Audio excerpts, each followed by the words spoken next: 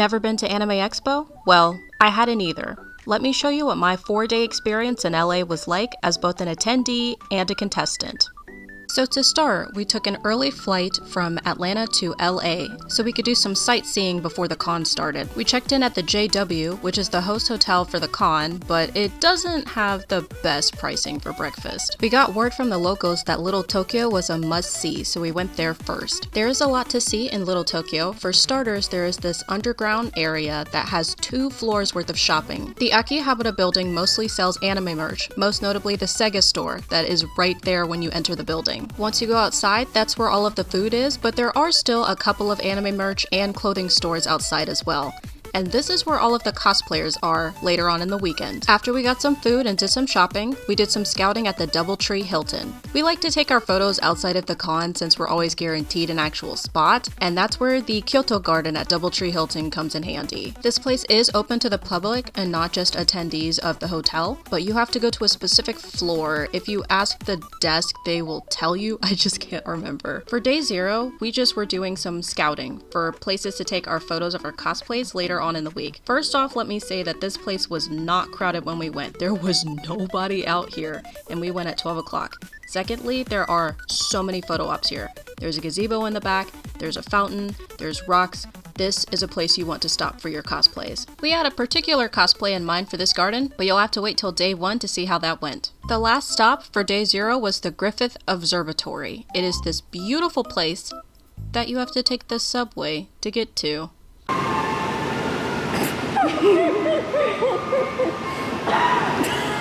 So, if you don't listen to any other tip that I give you for this entire trip, my number 1 piece of advice is bring a mask. Otherwise, this place is very similar to Japan. Since I just went, instead of using the Suica, you use the tap on the Apple Wallet in order to use all of the public transit here in LA. I will say this place was extremely quiet.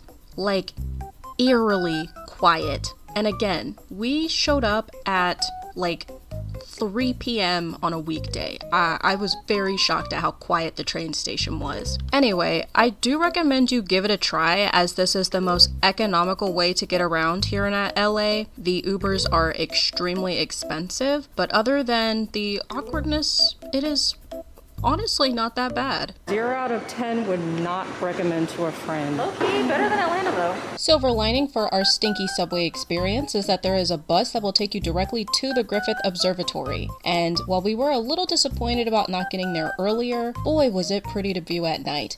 You can actually see the Hollywood side from here, and it's free. You should also go inside the observatory too. There are 2 levels worth of exhibits, as well as a rooftop experience, which gives you an even more beautiful view. They also have guided tours throughout the hour as well, but do keep in mind the later you go, there is a cutoff for their last tour experience. Also keep in mind that this place is very crowded, so if you take public transport, there is only 1 bus that will take you here, and it is very crowded. But this place is a must-see, and like I said earlier, it is completely free.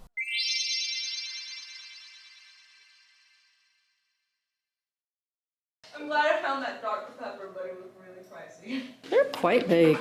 It'd be funny if they were like the same length as your skirt. You could just pull like a whole laptop or a whole book bag. It would take fall damage.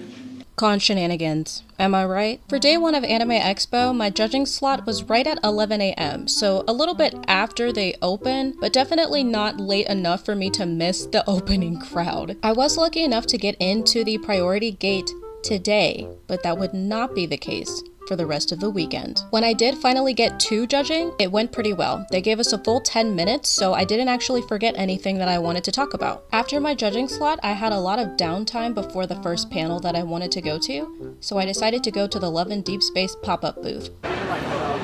I don't actually want to knock over the display, so should I just hover with your hand like that? Getting to match with my husband in my comp build made standing in that line so worth it. Alright, so let me level with you. The hardest thing that I found when researching for this con was, where do you buy food? All of the food is at a place called Shibuya Crossing, which is right across from Kisagi Gate, or the West Building. From what I saw, the vendors are pretty diverse. They do have a lot of options for both dessert, drinks, and food, but they also host live events here as well. The other thing that I had trouble finding when doing research for this con is figuring out how expensive the food actually is here. A lot of people say that the food is really expensive, but they don't say how expensive it is. For reference, this bear was $35 and only came with one refill. This matcha, $12, and it had a surprise inside. Here in Atlanta, our main convention center is called the GWCC, and it is notoriously known for having no food in the con or outside of the con either. So I will say that Shibuya Crossing is an upgrade from usual cons here in Atlanta. However, it is con food, and con food is expensive. For day one, we did try to go to the 11 Deep Space panel, but there was a line cap despite us showing up 45 minutes before the panel. So we called it an early night. You remember?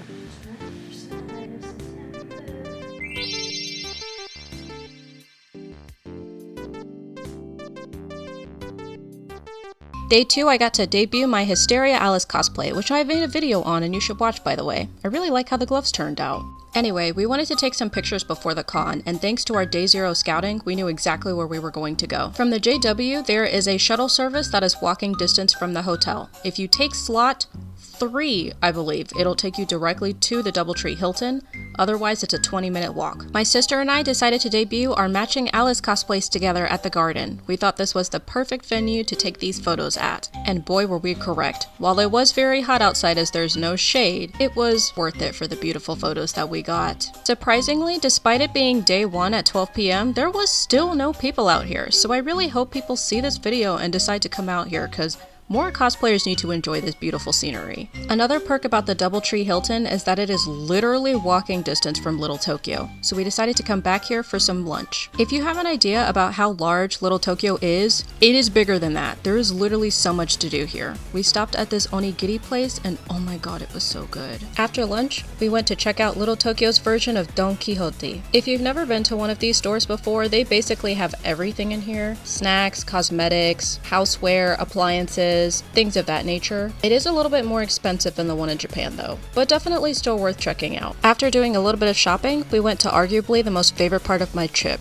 Midori Matcha. Please go here. This is the best matcha here in LA. After a bit of shopping in Little Tokyo, we went back on the shuttle to get back to the con. I will say this time around, the wait was about 45 minutes to an hour. One of the biggest complaints about Anime Expo are the crowds, and I will not deny you, the crowds here are pretty lethal. However, it is a very spaced out building, unlike the cons I'm used to here, like the GWCC or the hotels for Dragon Con. While it is crowded, I'm saying there's room to move around. As long as you skip the morning rush, you will be fine. On this particular day, I was headed over to the entertainment hall where the cosplay senpai booths are. I was there to meet Lutevia as I had a cosplay consultation slot with them, and then I also wanted to run into Lulukohime as well. Both of these two were such a delight to meet in person. They have a lot of knowledge about cosplay craftsmanship, and here's a photo I took with them. After that, I also did change into my Alba cosplay and we went to a BL Kahoot panel, which was hands down the funniest panel we went to all weekend. And that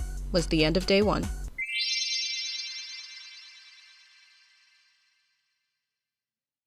For day 2, I debuted my Costa del Sol Aerith cosplay, which is way more comfortable than my comp build, which I had to get into, but not until the afternoon, so I decided to go and check out the dealer's hall. Considering that Anime Expo, the largest convention here in America, they have a lot of booths here, more specifically booths that you cannot find at other cons. So if you do decide to go to Anime Expo, definitely don't skip the dealer's hall. When I tell you that they literally go all out with these booths, like they have a lot of promotional stuff here, lots of art and displays. This was just completely different to what I'm used to in Atlanta. We did go to Artist Alley as well, but not every artist is okay with filming, so I decided not to film in there for their privacy. It was very crowded and stinky in there. However, the lobby right outside South Hall, that is where all of the crowds are. Look at this. We steered clear of the atrium, which is why we didn't experience any of the crowds, and I advise you to do the same. After some overstimulating shopping, I decided to get back into my Aerith comp build, but we had some time to do some photos before call time. That is where the Biltmore Hotel comes in handy. This is another one of those host hotels that is accessible through the Anime Expo shuttle. However, we were a little short on time, so we decided to take an Uber just to make sure we'd have enough time to take photos. Do not skip this hotel. This is one of the most beautiful hotels in this convention host hotel lineup, and I think this would be perfect for like a sakiso build or a historical build or whatnot. So I decided to take all of my photos for Aerith here on my friend's camera. After taking photos, we went back to the convention for the masquerade. The masquerade is held at the Peacock Theater, which is walking distance to the JW, so keep that in mind if you plan to compete here. Anime Expo's masquerade is very organized and well run, and all of the contestants and judges were very kind, as well as the staff. With most contests though, I find that call times, communication, things like that, there are always things that go wrong, and I know a lot of them are kind of out of the hands of the volunteers and the staff working at Anime Expo, but as a competitor, I would definitely stay prepared and join the Discord. That's one of the greatest places to get updates for the contest. The stage is quite large and the LED screen is quite large as well. I definitely think it's worth trying, but it is a very large con. They had a cap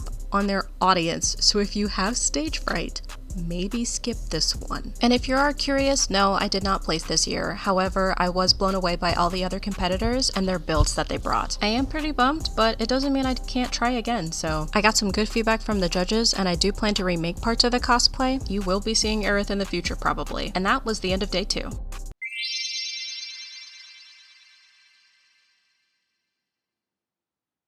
You gotta hear it go. Boop. It's recording. How do you stop it? Just again? Do I get closer?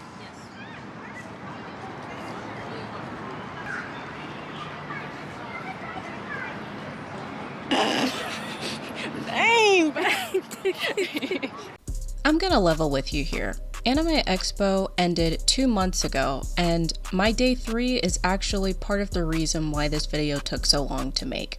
I won't bore you with the details of what happened, but basically, due to the lack of organization for the Love in Deep Space booth that they had for the freebies outside, we basically spent our entire day waiting in line just to get kicked out of line 5 times and then not actually be able to get in line due to a cap. And because of the way that the line was set up, people who showed up 5 minutes could get in line in front of people who were there 5 hours ago.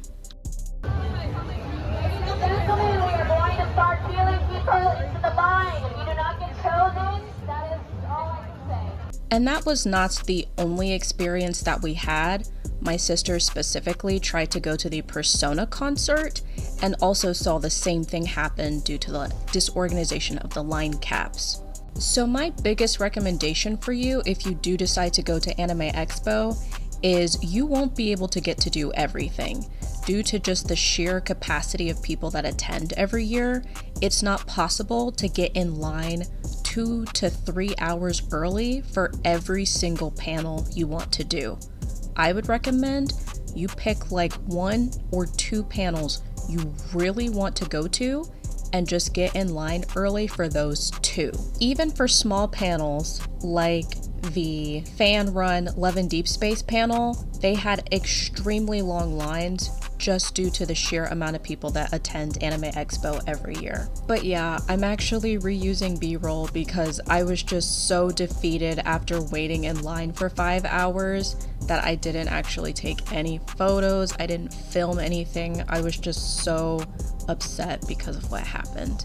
But I wanted to be honest so that this experience doesn't happen to others, and that's why I want to at least tell you what happened on day 3. Anyway, that is basically what my experience was like at Anime Expo this year. I apologize that this video is super late, super short, and definitely out of the usual wheelhouse of videos that I usually make. I really wanted to start a new series where I kind of just tell you what my experience was like, give you some info that I had a hard time finding on these certain cons. I just know that these cons are super expensive, and I want to be able to give my advice to others so that you have a better idea of what you're getting into when you're going to these cons that you've never been to before. So anyway, I want to thank you so much for watching this video. I hope it was super duper helpful, and not to worry, I will definitely have some cost making videos on the way to you. So without further ado, I hope you, yes you, have a wonderful day. Bye!